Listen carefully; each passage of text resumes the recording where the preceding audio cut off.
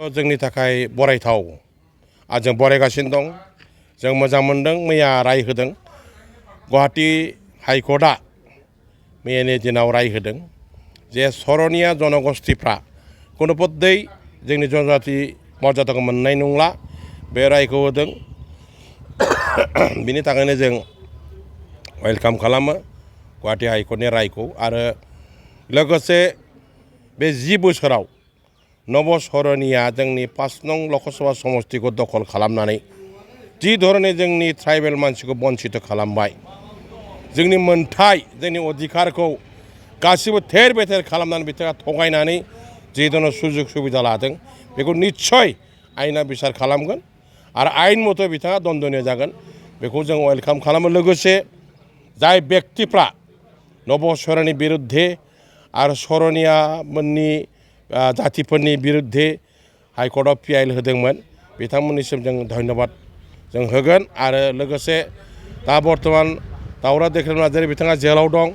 बिथांखौ आङो धन्यबाद होगोन जोंना जन्दकलाल सार दावरा देख्रेब नार्जारी बिथांमोननि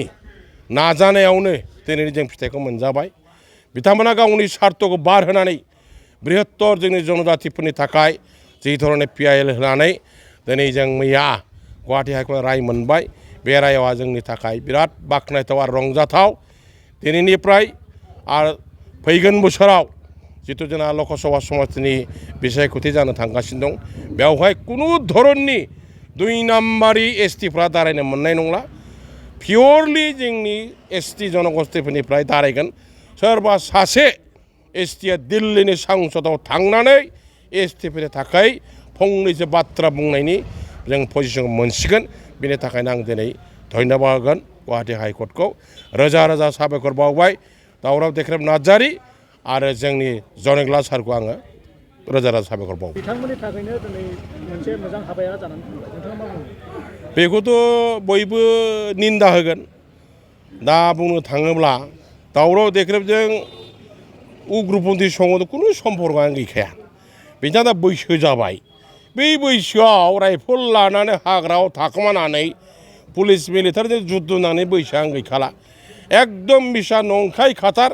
बेखौ जाम्बा जाम्बिबो बुजिगोन जे आसाम सरकारा फान्दायनानै जोंनि ट्राइबेल जनगोष्ठीनि गोहो बोलोखौ फोराननायाव अहरह नाजाग्रा सासे बेखौबो जब्द खालामखानांगौ होननानै बे हाबाफारियाव गोग्लैनाय सासे बिथाङाबो गय गायग्रा आबादारिफोरनि थाखाय मोनसे मोजां खौरां थापा नार्सारियाव मोननो हागोन जाखांफु लाइमोनफोरजों बानायजानाय हाजो आरो हायेनावबो गायजानाय अर्गेनिक गय फुलि थापा नार्सारियाव अर्गेनिक आदबजों बानायजानाय मोजाङैनो खिलिखांनाय गासै 20,000सो गेरेमसा गय फुलिफोर दं बारा नङा फांसेयाव 60 रां होनानैनो नोंथांमोना गय फुलिखौ बायना लांनो हागोन बुरजा लाङोब्ला खमायनायनि सुबिदाबो मोननो हागोन थापा नार्सारिनि गुबै थङा क'क्राझार सहरनि सानजा फारसे थानाय बावखुंग्रि हाजोजों नांजाबनाय हरिनागुरि गामि हाथाइनि साखाथियाव बे अर्गेनिक गय फुलिफोरखौ लांफैनोब्ला नोंथाङा 8011837272 नङाब्ला 9707460226 जानबुं अनजिमायाव थोंजोङै जगाजग खालामहरनो हागोन